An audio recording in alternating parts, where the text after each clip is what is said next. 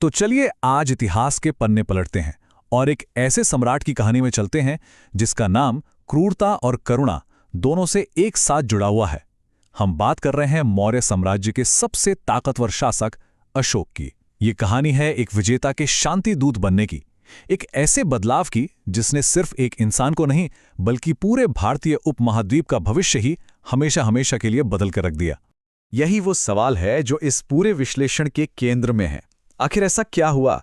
वो कौन सी घटना थी जिसने एक ऐसे सम्राट को, जो अपने साम्राज्य को फैलाने के लिए किसी भी हद तक जा सकता था, उसे हिंसा के रास्ते से हमेशा के लिए दूर कर दिया? चलिए इस दिलचस्प सफर की शुरुआत करते हैं। देखिए, अशोक की कहानी को अगर समझना है तो हमें पहले उस साम्राज्य को समझना होगा जिसमें वो पैदा हुए थे, मौर्य साम्राज्य, जिसकी नींव रखी थी चंद्रगुप्त मौर्य और उनके जीनियस लेकिन उतने ही निर्मम सलाहकार चाणक्य ने। ये एक ऐसा साम्राज्य था जो पूरी तरह से शक्ति और रणनीति की बुनियाद पर खड़ा किया गया था। चाणक्य की जो राजनीति थी ना, वो आदर्शों पर नहीं बल्कि एकदम यथार्थ पर टिकी थी। उनकी विचारधारा, जिसे आज की भाषा में हम रियल पॉलिटिक कह सकते हैं, उसका मानना था कि राजा का सबसे बड़ा धर्म है राज्य की सुरक्षा और उसका विस्तार। नैतिकता, सिद्धांत, ये सब राज्य के हितों के बाद आते हैं। और सच कहें तो इसी सोच ने मौर्य साम्राज्य को उस वक्त की सबसे बड़ी ताकत बनाया था। चाणक्य की किताब अर्थशास्त्र सिर्फ राजनीति का कोई ग्रंथ नहीं थी, बल्कि ये तो एक साम्राज्य बनाने और उसे चलाने का पूरा ब्लूप्रिंट थी।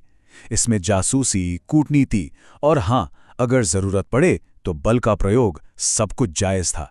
बस शर्त यह थी कि राज्य मजबूत होना चाहिए। और इस दर्शन का नतीजा वो तो साफ दिख रहा था। चंद्रगुप्त ने एक बहुत बड़े साम्राज्य की नींव रखी, उनके बेटे बिंदुसार ने उसे और भी फैलाया, और फिर जब अशोक गद्दी पर बैठे तो उन्हें विरासत में एक बहुत बड़ी सैन्य शक्ति मिली। लेकिन साम्राज्य के विस्तार की ये भूख अभी खत्म नहीं हुई थी। और अब हम कहानी के उस मोड़ पर आ गए हैं जिसने सब कुछ बदल कर रख दिया।